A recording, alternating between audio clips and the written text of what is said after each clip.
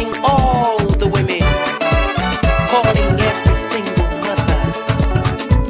Oba, woman, let us unite.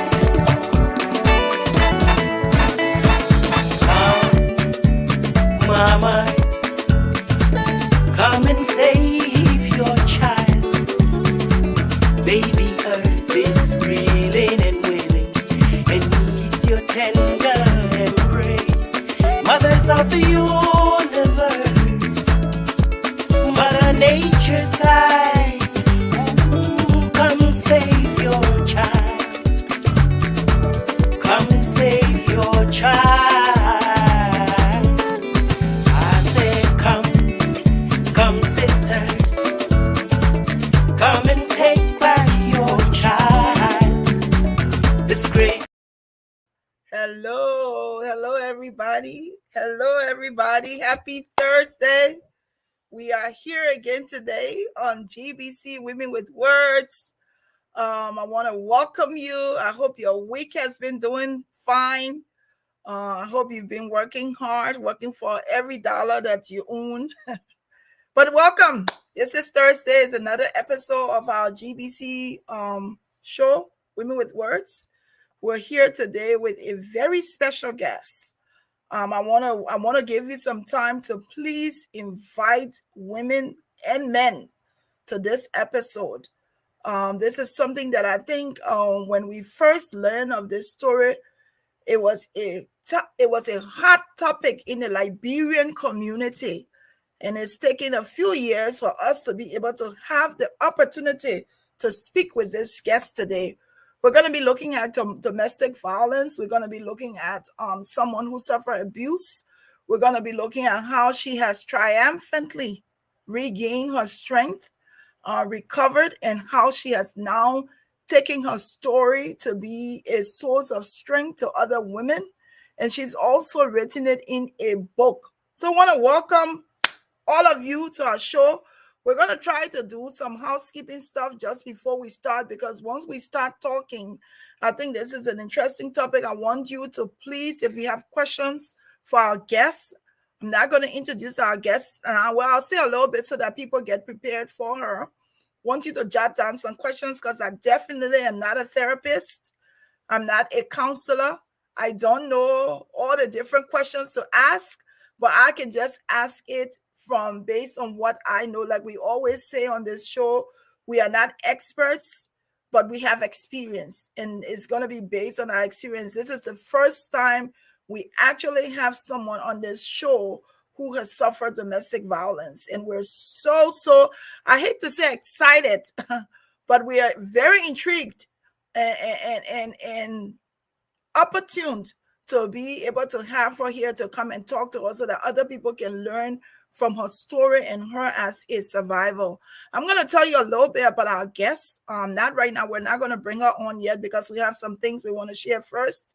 But our guest today is Christine Dennis. Christine Dennis is our guest. I think maybe, I don't know how many years, probably 4 or 5 years ago, I believe there was a story about domestic violence.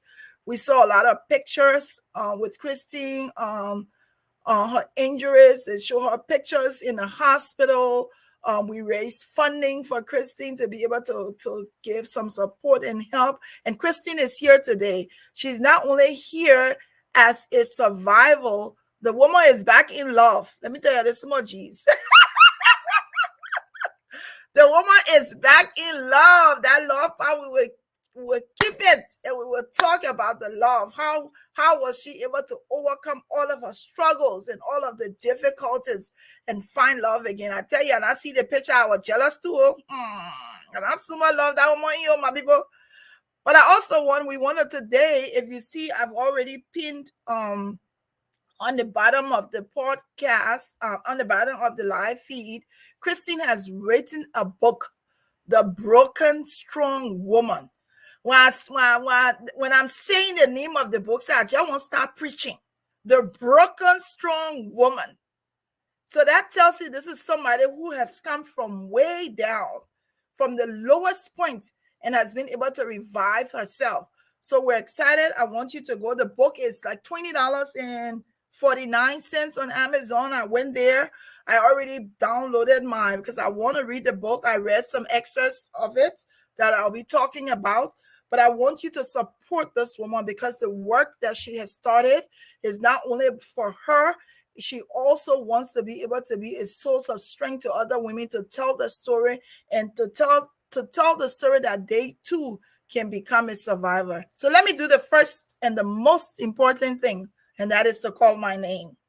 I love calling my name more than anything else in the world. And I tell you every time, guess what? Agata is not here today. Eva is not here today. Michael is not here today, but I'm here. So if I won't call my name 100 times, I will call it today. But one of the reasons why people always ask, somebody was asking the other day, why you always say to call your name? I like to call my name because my father is long gone. And every time I say my name, and of course, I'm divorced. And divorced, I went back to my father's name. And every time I say my name, Junius, I always am at attention, remembering my dad and what he was in my life. So this is Glendy Jane Junius. And I'm here this evening on GBC Women with Words. But I want to share something first before we bring our guests on. How many of you know this lady, Tangi Banto? Tangi Banto is out there on Facebook. She's friends to so many people. Tangi Banto, I'm telling you, we've watched her. She can cook. But one of the things that's significant about Tangi is that she's been able to make her own authentic, natural, organic seasonings. They don't have too much salt in it. They're all organic herbs, like fresh from the tree or dry from the tree. She's been able to do that. Tomorrow in Liberia, I want you, if you go to that program tomorrow because you heard it from here, tell Tangi that GBC supports her, supports everything that she does. Tangi Banter in Liberia tomorrow will be launching her Tangi's Kitchen. These are all herbs. Some of them are even under $2 US. So I want you to go there. I want you to support Tangi. Support. This is what this platform is for, is to be supportive to the good things about Liberia, to be supportive to young entrepreneurs, to be supportive to musicians. Anything you want, to be able to share people's stories so that other people can gain strength, be encouraged, and can turn their lives around. So tomorrow, if you're in Liberia, Tangi Banto, very beautiful woman. Don't mind the face beat though. She got muffled.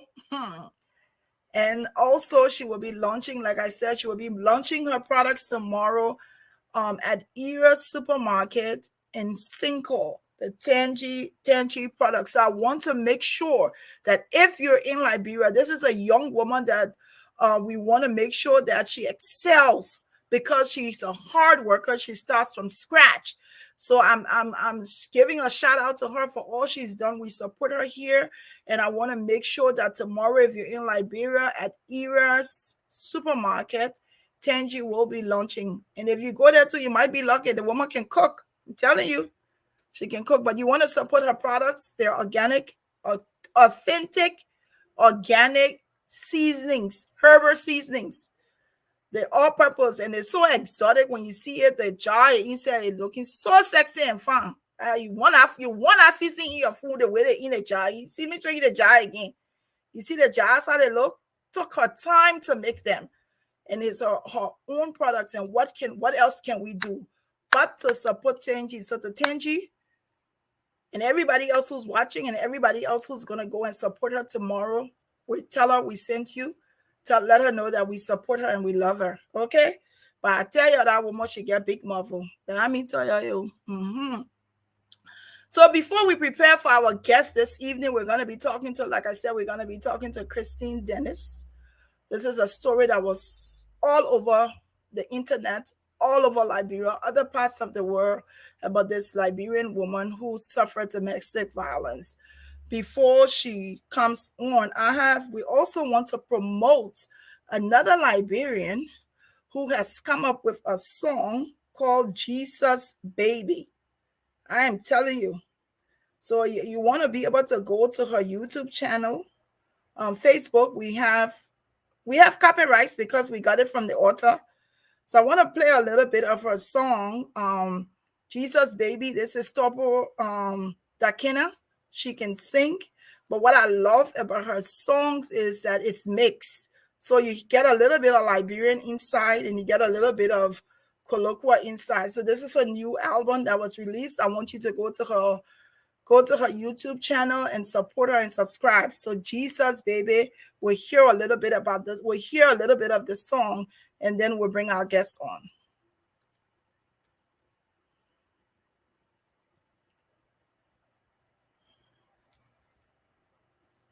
And people, you're sorry. We're coming. It's coming on.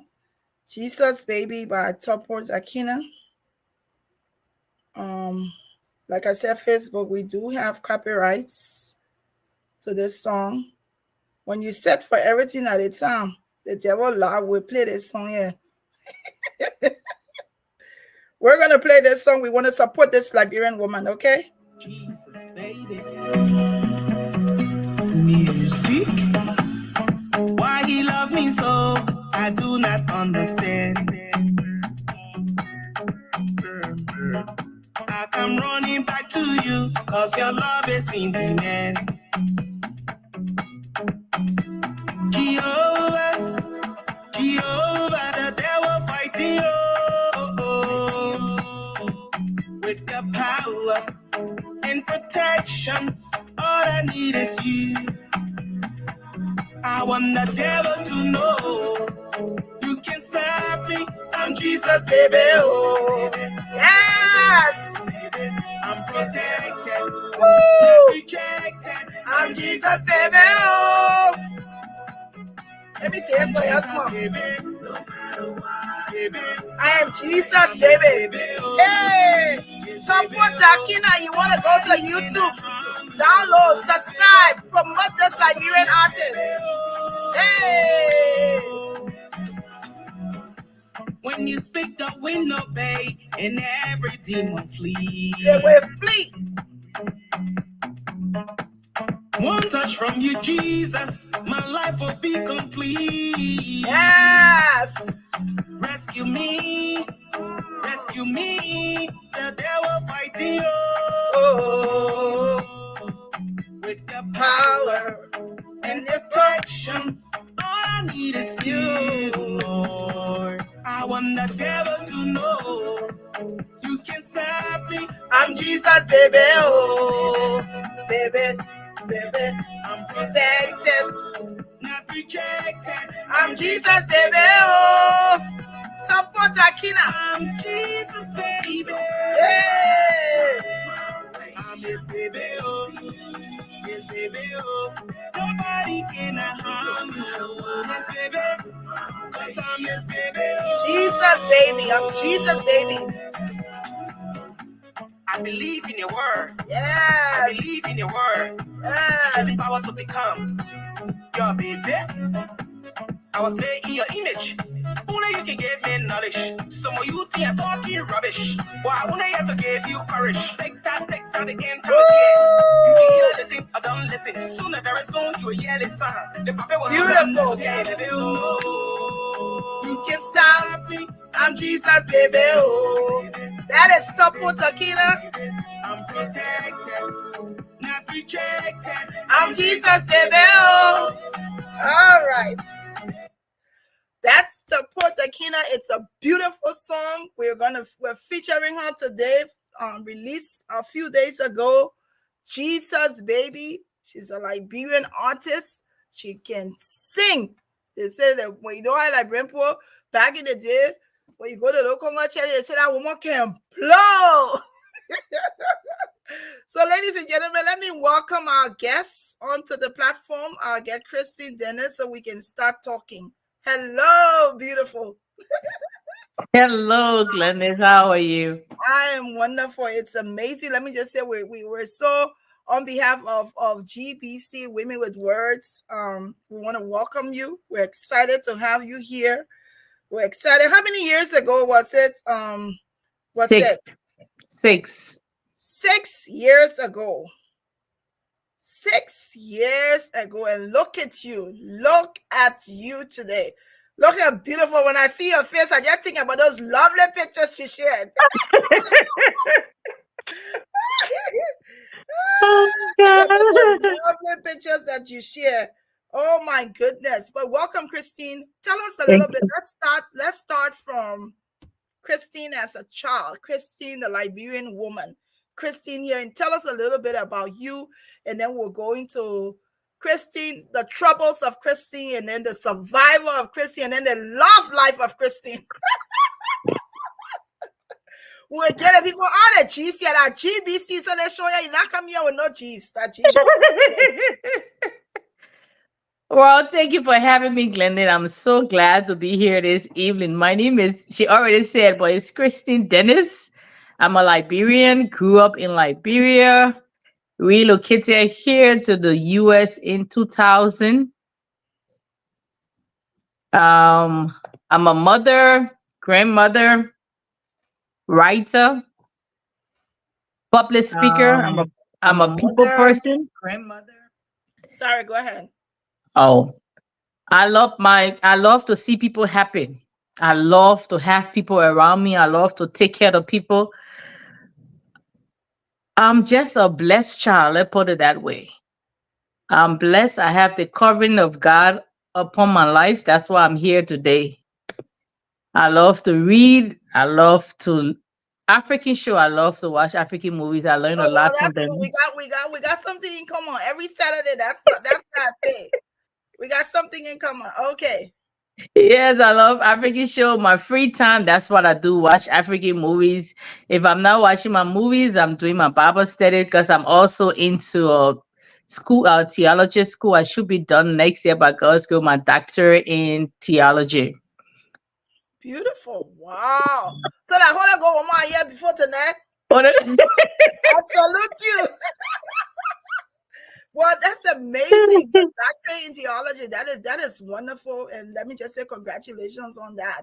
But I want to talk a little bit about Christine and the saga. The saga as it is, Christine, and I hope that we're allowed to discuss this. You can go to whatever length you want to go to, but I want to talk about Christine, and let's talk about first what you knew about domestic violence until you got to that place where you yourself became a victim. Actually, to admit, Glenn, I had no knowledge of domestic violence. You know, growing up in Liberia, when a man is beating his wife or boyfriend, girlfriend, fighting, we'll all go around and clap or just stand. It was so exciting to us. But back then, we did not even know what domestic violence. We just stood around and watched, and no one would help. And we're all children growing up, seeing what's going on. I had no experience of domestic violence. I didn't even know what it was. So I have friends who their partner was not beating on them but disrespecting them, and I will be there to tell them, oh, don't allow this to happen, you deserve better than that. I don't think this is what the relationship you should be in. I had another little daughter in Liberia that had her boyfriend that used to beat her, but at that point I didn't know what domestic violence. It was just like, oh, they brought a beat on the girl too much. I always would tell her, leave him, you deserve it, don't let any man hit you. So that's the reason why mine escalated to where it went, because I was blinded to all the signs. So when it was happening, I didn't even know it was domestic violence, like control and all of that. I just saw it as love. That I was deep into it. That when I realized this is more than just love, this is something else. Okay. So I want to read. I got your book today. I downloaded it on the Kindle version to read Okay. it. And the book, in the beginning of the book, there is a poem, Yeah. and you touched on it a little bit. I'm going to read the poem for our audience, people, to those who's watching.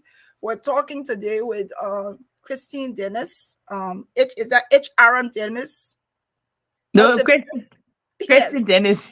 Christine Dennis. We're talking to Christine today. This is a Liberian woman who suffered domestic violence, domestic abuse, verbal abuse, you name it. 6 years ago, her story was everywhere. We saw pictures of her looking like really, really brutalized. shared all over social media. She's here today. She's a survivor. She's put her life back together. She's written a book, and the book is called, let me put it up, The Broken Strong Woman, which tells us that Christine was strong before and became broken, and now she's strong again. Just looking at it. I'm not a preacher, but that's what I'm gathering from there. I go to preaching school. But the poem is I Got Flowers Today, and it's in Christine's book. I got flowers today. It wasn't my birthday or any other special day. We had our first argument. He said a lot of cruel things, but I thought it was right. I know he was sorry because I got flowers today. I got flowers today. It wasn't our anniversary or any other special day. Last evening, he threw me against the wall and treated me like a ball. I want to hang on this. I love poetry, and I think people are very expressive in poetry. I'm a poet. I love quotes and poetry, but when I'm reading this, it's almost like you're saying to us, because you had flowers, because you had what looked like love, what presented itself as love, you ignored the hurts that Christine had, the Yes. bad feelings, because it's almost like, oh, he can beat me or he can do this to me, but he's bringing me flowers. So talk a little bit about that. So like I said, I had no clue of the sounds of domestic violence. So he started first by controlling. I was not allowed to talk to this, but he presented it this way. I'm here for you. I'm here to protect you. I'm your man. I'm supposed to be there to speak up and look out for you. Okay, so Glennis is not good for you. I don't want you talking to Glennis because Glennis don't mean well for you. And he would present it so nicely till I myself, I would sit and think, I'm like, okay, I think he's right because he's looking out for me. So that's how it started. And then it would escalate. He will call me. It came to a point he will insult me, Glennis, names that I'm not even proud to say.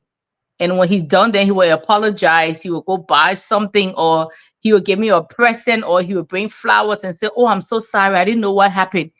Yes. But then he would say, oh, I think I was just so stressed, or what happened in town today, or I'm just so frustrated because these people don't mean well for you. I'm just trying to protect you.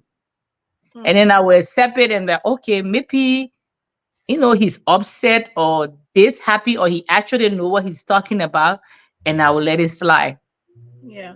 Game is saying that it felt like he was remorseful, just like you're saying. He would do these things, and then he will come and say I'm sorry, or come and probably take you out for dinner, or come and buy you stuff. So as you're going through these things,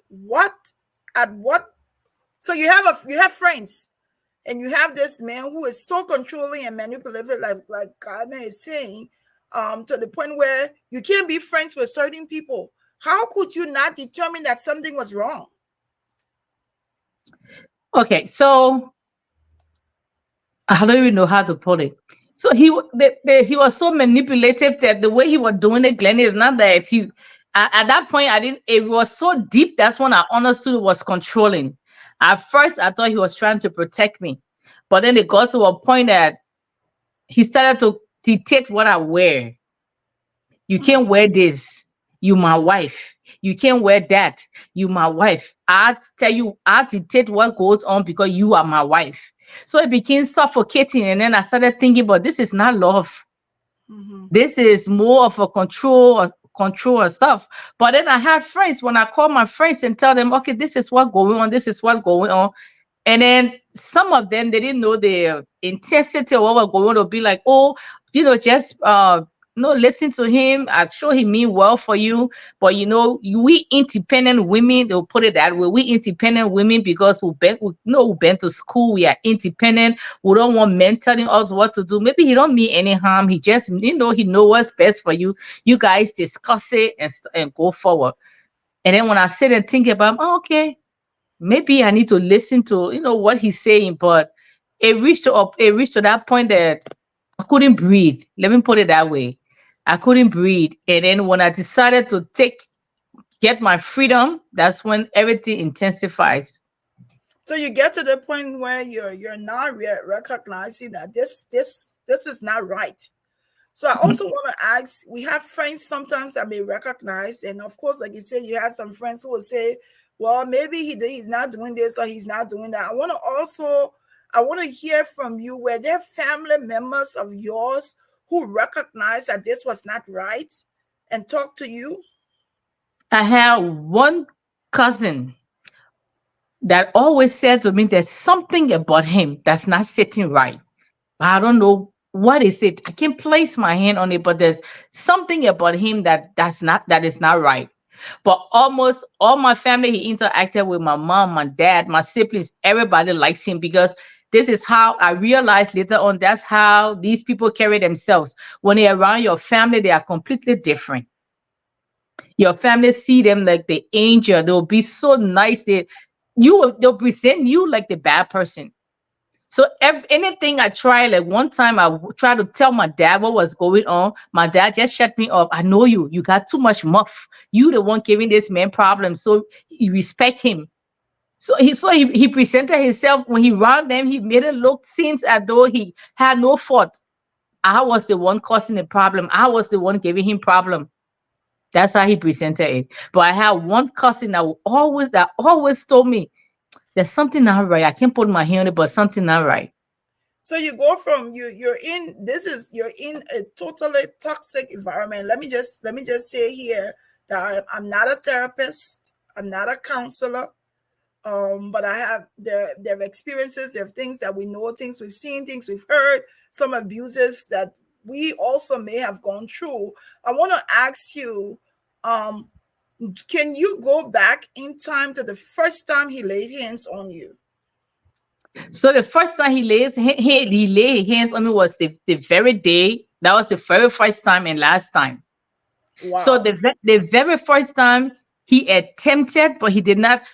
Something happened. I don't really know what went on, but he had multiple personality. He was one of those person that 1 minute you guys are okay, you'll have so much fun. You're all of a sudden he just flip Hmm. the script like something happened. So on one of those morning that scene episode happened, and I just got upset. I'm like, you know what? It was a week to the wedding. And I said to him, I said, you know what? This is too much. I don't think I can handle this. I'm going to leave. So this And then is he, not. So hold on one second. So this is now no physical abuse yet. It has just been verbal. Lots of yes, verbal abuse. lots of verbal, lots of controlling and stuff like that. Yeah. So and then but you're still planning. You're seeing all of these signs, but you're still planning to get married. So this is what happened. That's what I said in my book. If you read my book, I said I did not understand then. God speaks to you in dreams. Wow. But everything that happened on that day, gosh, I had dreams, series of dreams of them happening. So we'll go to. I wanna and Maverna, I think Minerva, I think you're right. Minerva is saying lack of awareness and on domestic and sexual violence in our society can be a contributory factor, and that is also what Christine said was coming from Liberia. You yeah, our mind part and making fuss. We ain't equating it to verbal abuse. Oh, we yeah, our pastor suddenly a man yelling because my mom was cruel woman, her mouth was fiery. And my pa was so quiet in his little corner, but he too was a bit of a challenge. So it's almost like we didn't know that. We didn't equate it until we are here today. Now then we are equating and looking at the domestic violence. Was there ever a time when they first started and you noticed that this guy had two personalities? Was there ever a time that you said, let's go to counseling? Let's talk to someone?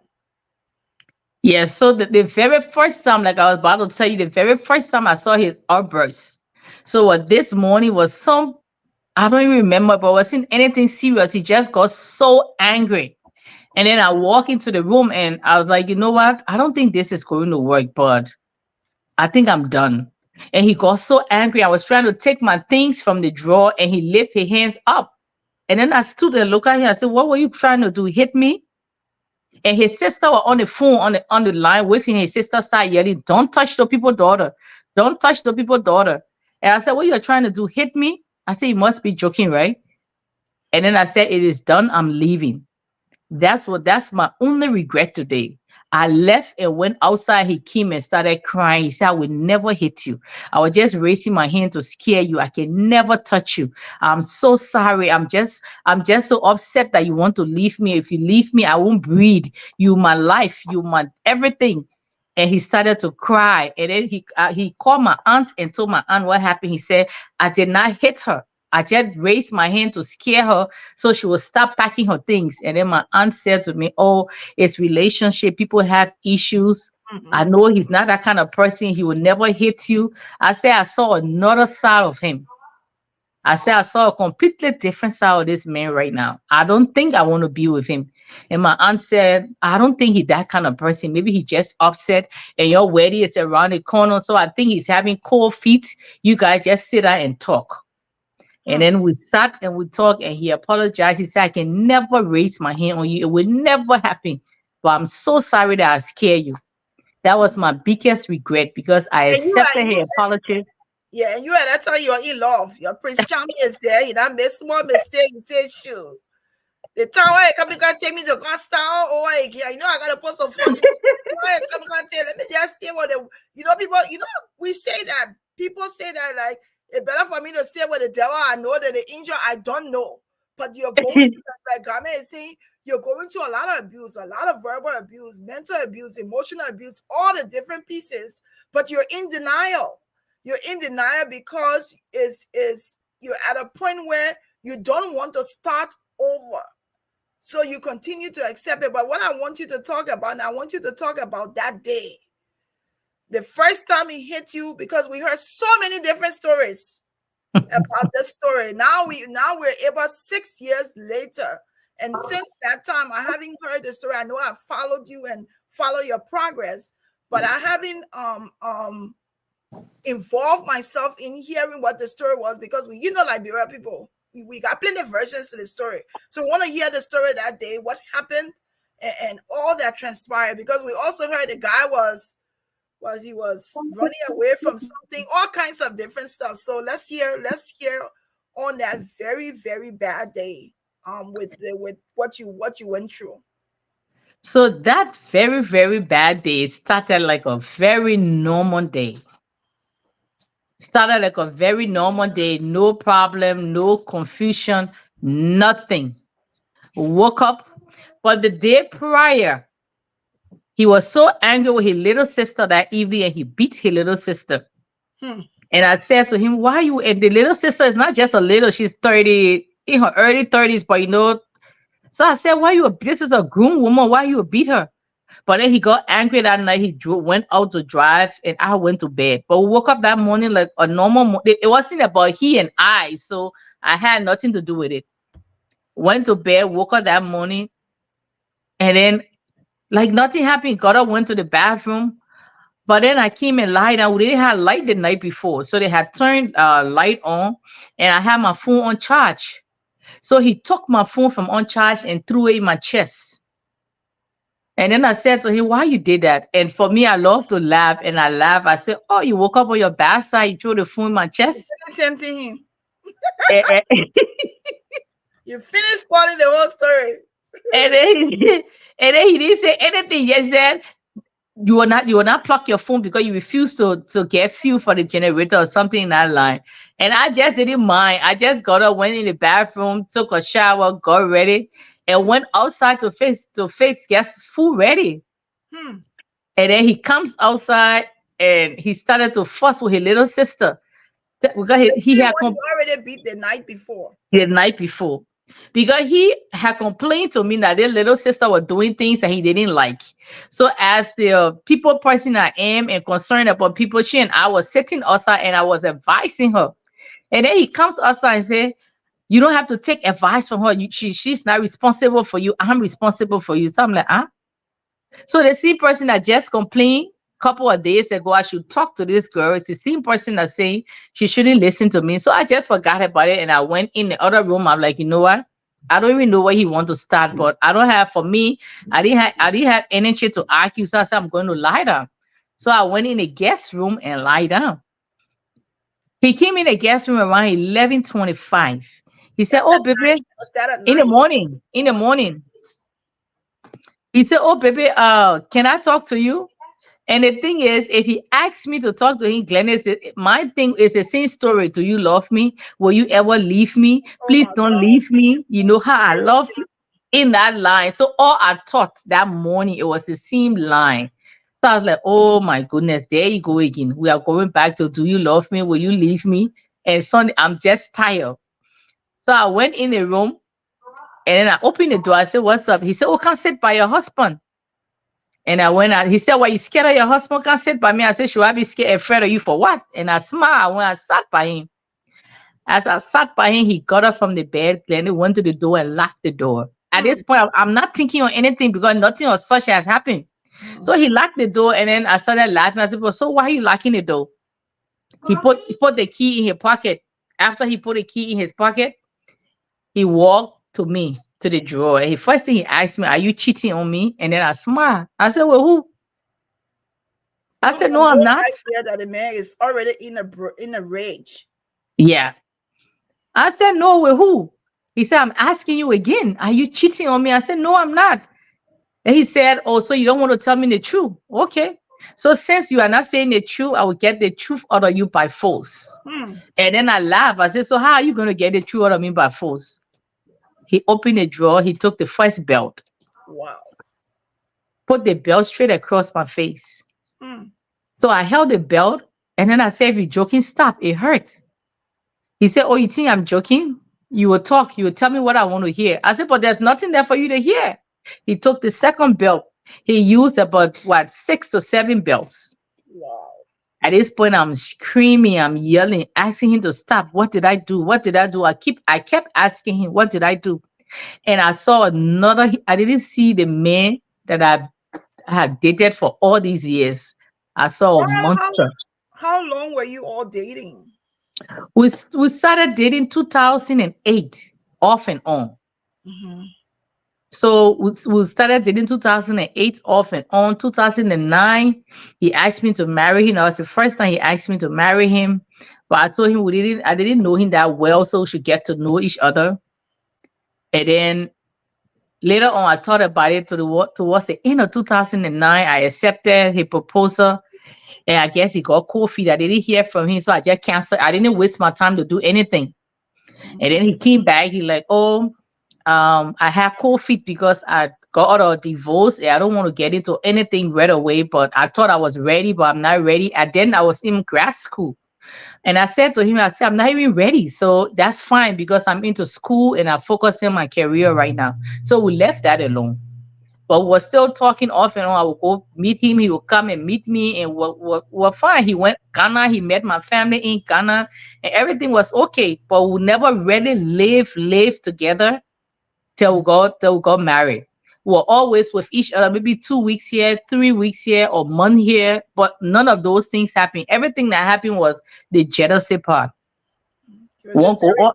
Yeah, going. very jealous, very insecure. Yeah, and then when I talk about it, people will be like, "Oh, but the man have fun. He raped punky. What you expect? You expect the man to be jealous?" And the people will just laugh it off. So the people And that let me just post something on him. So the people that who get raped on me. So anybody who get me or who will be coming to me, they will be jealous. But I mean, I hate to make fun out of this serious moment, but it's almost like when you're talking about the I mean, can you imagine somebody hitting you with 6 different belts and you're screaming and then there's no neighbors, nobody came. no.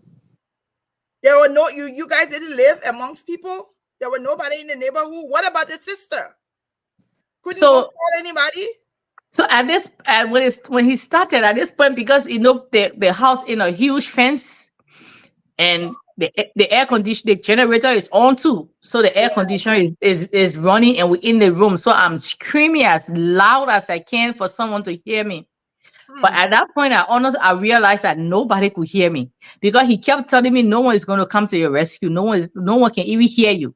Because Hmm. at this point, everybody outside the fence having their own conversation and Yes. their sister in the back cooking, and I'm in there fighting for my life. Hmm. Yeah, so that happened for at one point I realized she knew because after he tortured me because this thing started 11:45, it went on till 6 something p.m. It's Jesus. just God that got me here. What? Yep. So for how many hours? That's 11 to I 6. think I think 6 or 7 hours. And he was constantly beating you. He would take a break, maybe 30 minutes in between. He would talk. Oh, you see what you have made me do to you? You see what you did? You see, everything was me. Hmm. Nothing was his fault. Everything was me. You see what you did? You see what you did? You see, now turn me to this kind of person, and this is not me. And I was just there asking myself, where did I go wrong? Wow. And then Wow. when he rests enough, then he will gather energy, and he start again. So what He will. stopped what stopped him? I mean, after so many hours of humiliating and physically beating somebody from I wa- 11 o'clock to around 6 o'clock in the evening. But this is my thing, is like the people who were around, did they not miss you? Did they not miss? I mean, was this a normal thing for you to be in the house all day that nobody missed you to have come there?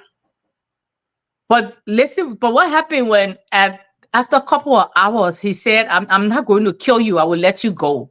So Wow. he opened the door. At this point, my back, everything was damaged. I couldn't walk, I couldn't stand. So I tried to crawl. When I got out of the door, then I saw his sister coming towards me. She was trying to come and help me, but then he came behind me and she ran. Jesus. So at So, that point, I felt she was going to get help, mhm. but she did not get help because Wow. she was afraid of her brother. She did not get help. So then he dragged me back into the room. He said, I changed my mind. You are not going anywhere. He dragged me back into the room. He And gets on his phone and call one of his workers to bring 2x2 plank. wow.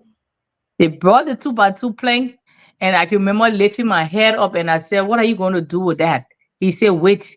And it was leaning from my head. I think they are going to die because he was going to bust my head Jesus. open. But then I raised my hand up, my hand, my wrist gash open from here all the way here. Oh my God. And the blood was just all over the place. And I thought he was going to stop at that point, but no.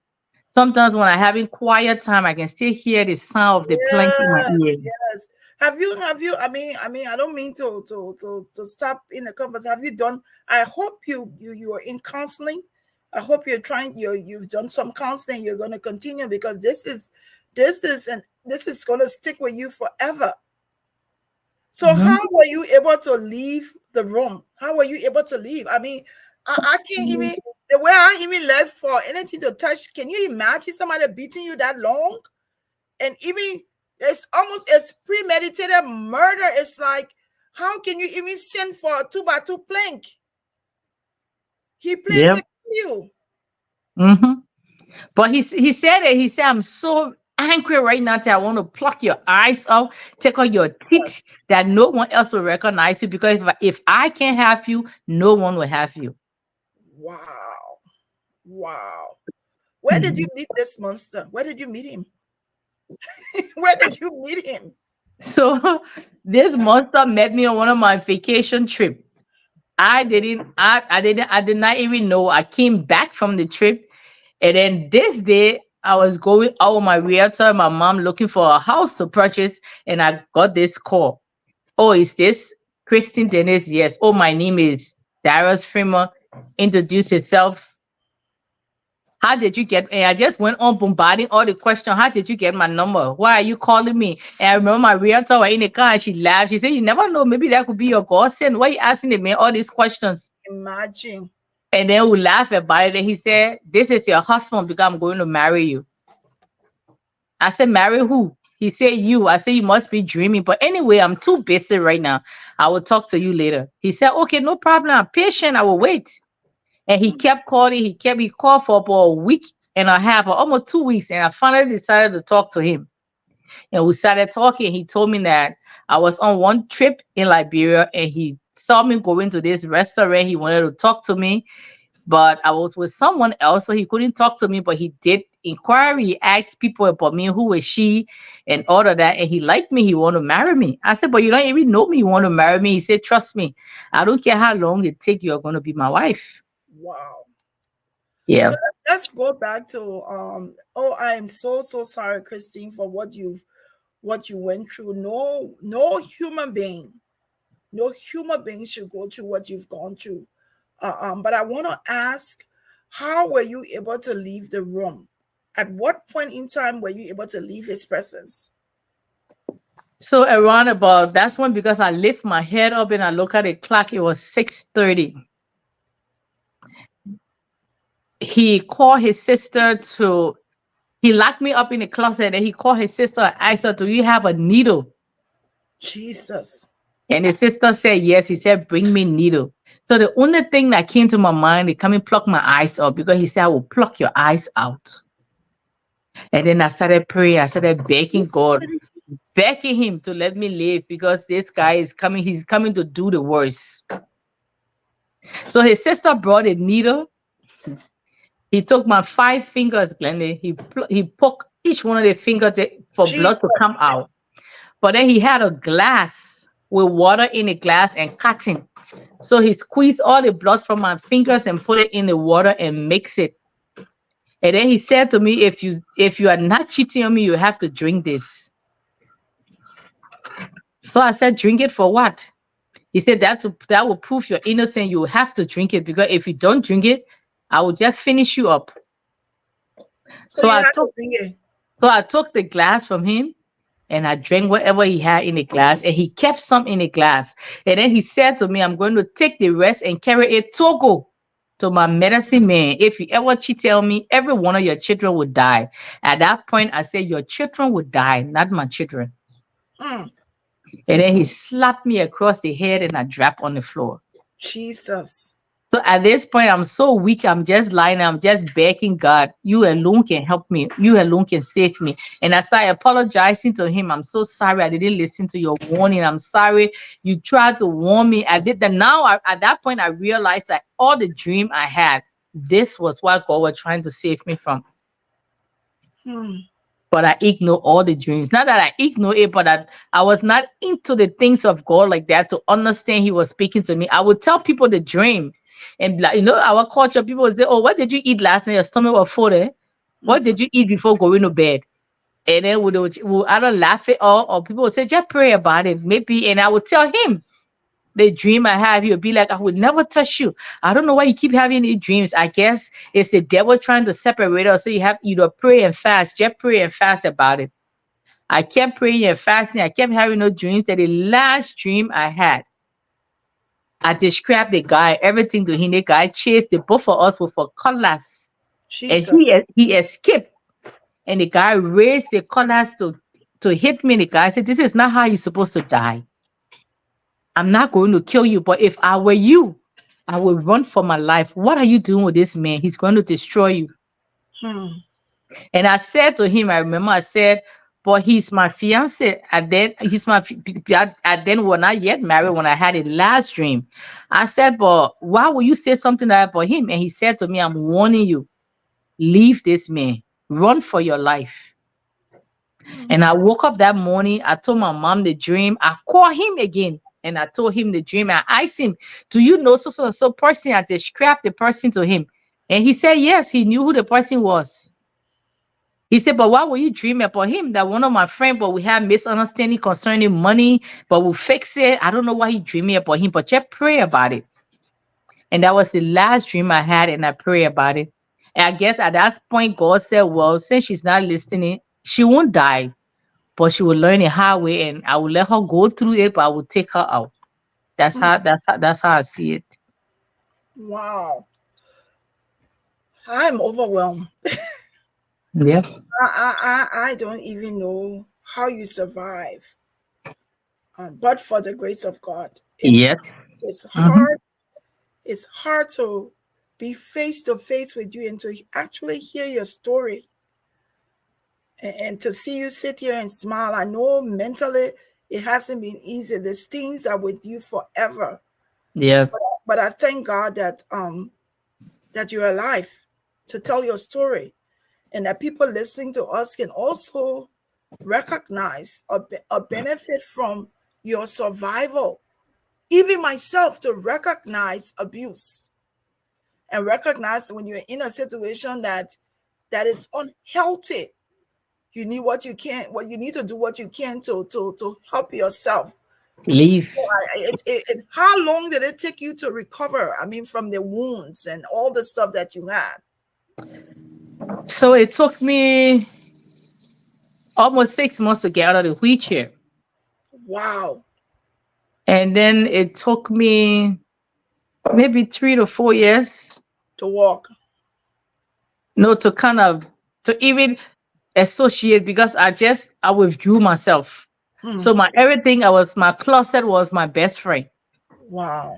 I just wanted to be in a dark, secluded area that I felt he won't reach me. Hmm. So I was spending my whole time there reading my Bible, praying to God, talking to him, just getting to know him more, and just spending my time in that closet. I started doing counseling. Counseling was tough because when you go through counseling, you have to relive the event. And then Yes. every time I leave counseling, my migraine will get worse because I will go into this. I would just flare up and just start having all the bad experiences. And I was blaming myself for everything that happened. I should have known better. You always talking to people. Why did you allow this to happen to you? So I kept blaming myself. And then when some of the things, if you read a book, some of the things were happening, I was even ashamed to talk to my family because I was always the one telling them what to do and what not to do. So Yeah. at this point, I was so ashamed to tell them, oh, I'm going to do this. So I Yeah. kept asking God to take me out of there. I said, I don't want to be here anymore. And I think that was one of the things, because he said to me that morning, you think I don't know you leaving me? You think I don't know after this, the marriage is over? Because I realized my phone was bugged. I realized that very late. So the week towards that Friday before he did that to me, everybody I talked to, I always said to them, I'm tired with this. I can't hide this anymore. When I leave here, I'm done. This is not my vision for marriage. I'd rather be single, serve God, or be single and take care of myself. And I don't need men. So I guess he heard all the conversation because he had my phone book. Hmm. And I was leaving that Tuesday. So I guess he said if she leaves, she doesn't want me. So if I can have her, nobody will have her. Because that's what he said to me. If I can have you, think I don't know you leaving me. If I can have you, nobody will have you. Wow. So let me just say to those who's joining us, we're almost it's been almost an hour already. We've been talking to. I'm telling you, I, I'm emotionally drained hearing your story, and it breaks my heart. But I'm sure there are so many other women who have probably gone through worse than what you've gone through. I hate to be so emotional, but to just see that somebody will just beat you for those many hours, prick your fingers with a needle, make you drink your own blood. What kind of an animal was he? But today, I want to thank God for you. I want to encourage our audience and everybody watching. Let's be supportive of Christine and purchase her book. It's on Amazon. It's only $20.49. We want her to be able to tell her story and the survivor. So you're still recovering. You're Yes. still going to recovery because the things, the torture you went through is everlasting. You will always think about it. And, Mhm. and I'm sorry for the guy that you're dating. I hope some of those things doesn't impact your relationship. But I'm happy that you're now found. I want to ask one last question about that. My father used to say nincompoop, whoever he is. What, what happened to him in the end? Then decomposed, like you said. The government said they did not find him. They don't know where he is. So I had to let go. I had to, the Lord said you have to forgive him, set him free so I can work on you. So I just had to set him free for my own self, not so much of him, but for my own self, my own mental state, my own walk with God.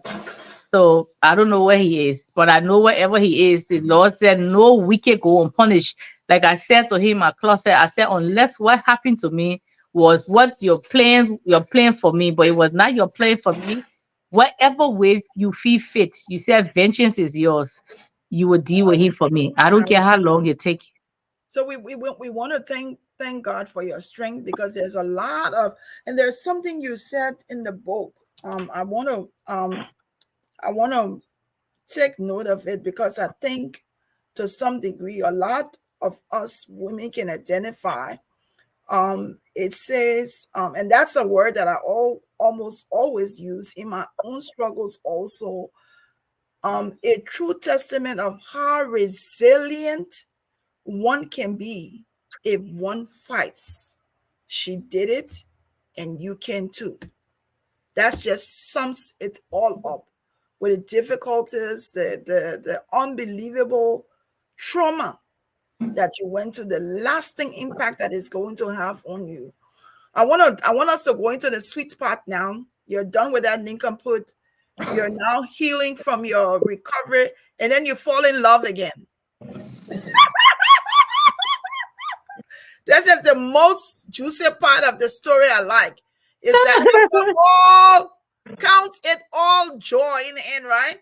After Yeah, the rain, the the sun sun was shine. will shine again. I can tell that your sun is shining. No joke. So I want you to tell us a little bit. I mean, after all of the stuff you've gone through, I mean, we were hearing so many bones broken. You're talking about your fingers. I'm sure there were numbness. You go from not being able to walk. You are a living miracle. You go from not being able to walk to getting to a wheelchair to now being able to walk to being able to falling in love again. Tell us a little bit about that juicy story. Well, I always say to myself, I guess because of what I went through, I was never going to fall in love. I was not going to give anybody a chance. So I waited for 5 years. After it was almost 5 years, I went on a trip and I met this You like this gentleman. trip, so you like this trip, so you like maybe I need to start going on trips to find somebody, right, Christine? I love to I love to travel. I went on a trip and I met this gentleman that started we started talking, but at first it wasn't smooth because I was like, that's one of them again. Yes, yes, I yes. don't yeah, I don't want to go through this. But then pray about it. I decided to give it a chance. So it's all going good, but Yes. like when you the Liberian person with snake boy, you with the ants, You're still cautious. you'll be Still careful. cautious, but So somebody, oh, yeah, you're still cautious, but like I yeah, always say, he's something, you can't take the bad omens from one relationship and then put it on that person. Is not at fault for the things that you went through. But I want to say I'm very happy for you, for your survivor story, for you finding. I'm telling you, I keep telling you. I saw those love pictures. I was jealous. I think I need to get the address to go on that trip too.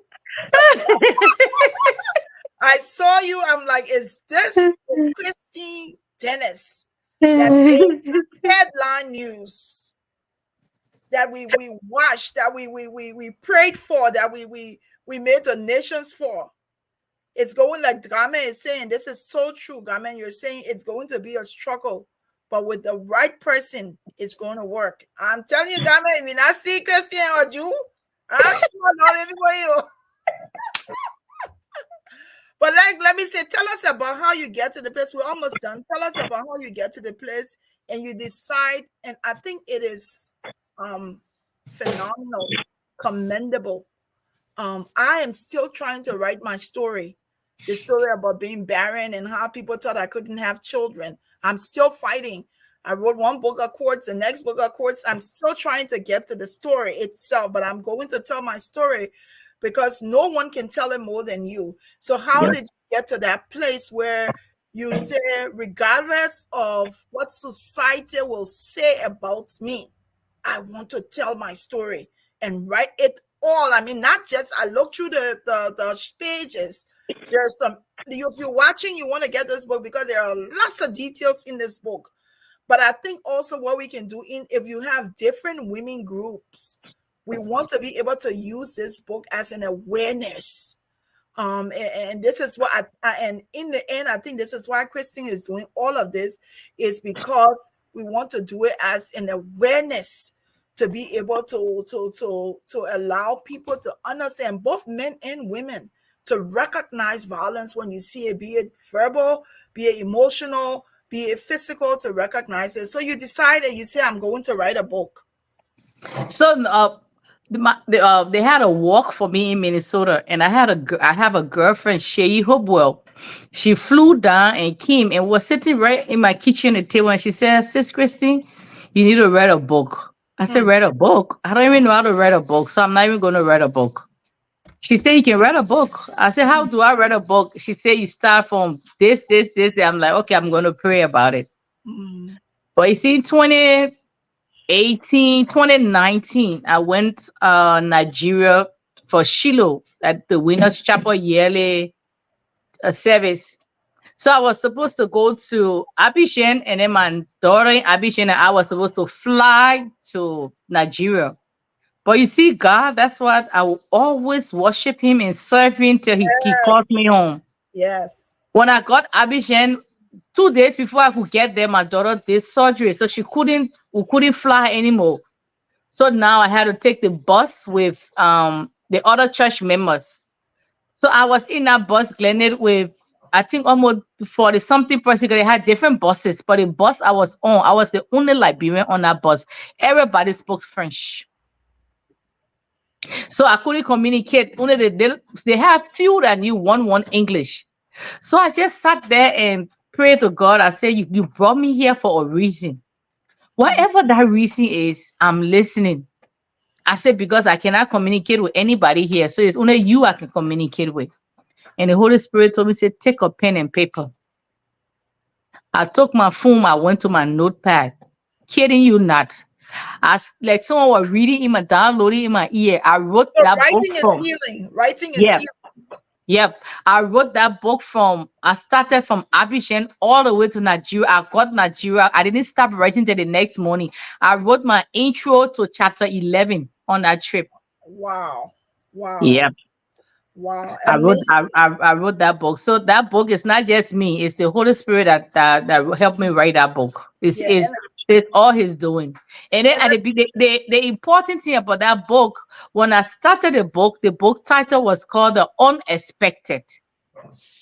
Like I went into this marriage hoping, oh, we're going to be all honey on rock and we're going to live happily ever after. But that was not what happened. So it was called the unexpected. So this day I'm in a closet, so down, frustrated. I'm praying, I'm crying, I'm blaming God for everything. I told Him, you know our end from our beginning. You should have done this, you should have done that. And I was so bitter. I kept telling Him, I'm broken, I'm broken. At one point, I just wanted to end it. I'm like, you know what? Why you didn't? I was asking one time, I said, why did you just take my life? Why did you allow me to live and go through all of this yeah. suffering and all of this thing? And the Holy Spirit said to me, you are broken, but you are strong. Amen. And then I called my pastor. I said, Reverend Blessing, what does that mean? I said, I felt it in my belly. He said, I'm broken, but I'm strong. She said, he's trying to say something to you. Go back. I went back again. Another time I was crying the same way, blaming him. And he said again, you are broken, but you are strong. And I Yes. pray about it. I say, yes, that's the name of the book, The Broken Yes. Strong Woman. That's the name of the ministry, The Broken Strong Woman. That's how that name came about. That's how the whole name switched from the unexpected to The Broken Strong Woman. And this was Christine Dennis. Her book is out on how she survived a whole story, her agony, everything she went through, life of the marriage, finding love again. All is all in a tell-all book. It's on Amazon. We can do this. We can make this book a bestseller. I am going to do all I can to continue to share it, to encourage people. It's only $20.49. It's on Amazon. Let's support Christine in this endeavor as she ventures out there to tell people her story. Christine, want to thank you for coming on today. We appreciate you. We love Thank you. you for having me. We love your strength. I promise when I come to Minnesota, I'm going to come look for you. I'm here. We've connected. My son is there in school. I come there. My church is in Minnesota, Ebenezer Community Church. So when I'm there next, rest assured that I will come and look for you so we can laugh and so I can see eye to eye your love. Tell your husband we say hi. Tell him we say thank you for the support. We say thank you for making for him, allowing you to feel whole again and not to be broken. He's Indeed, very supportive. yes, indeed, you can always find love. And I thank you, and I thank you for your strength, and thank you for joining us. Okay, And listen to the song when you have your free time. I will be sharing it. And anytime you feel the need to come on the show, please make sure, just let us know, and we'll bring you on the show. Thank you. Yep. Because this story is now one part. We can go on and on. So anytime, let me know. Yes, we'll talk some more about this story. We'll bring you on some more time. So our audience, thank you, Christine. We'll talk to you later. What a strong woman. I am so encouraged by the strength that she had to tell her story today. And so I want to say thank you for listening. Thank you for watching. We will share this episode again on the different platforms so that people can listen and hear her story. But please make a commitment tonight to go to Amazon and purchase this book. It's only $20.49. The Broken Strong Woman. Indeed, she was broken, but she's made whole again. And she attributes all of this to God's amazing blessings. Until next week, I ain't got nothing else to say. I'm so emotional. I'm in a state of mind. I thank God for Christine and sharing her story, because there are things that I may have been through and never recognized. And the fact that she's bold enough to come out to us tonight and tell a story. This has been an amazing evening. You all have a wonderful weekend. And until next week, Thursday, I want to say good night.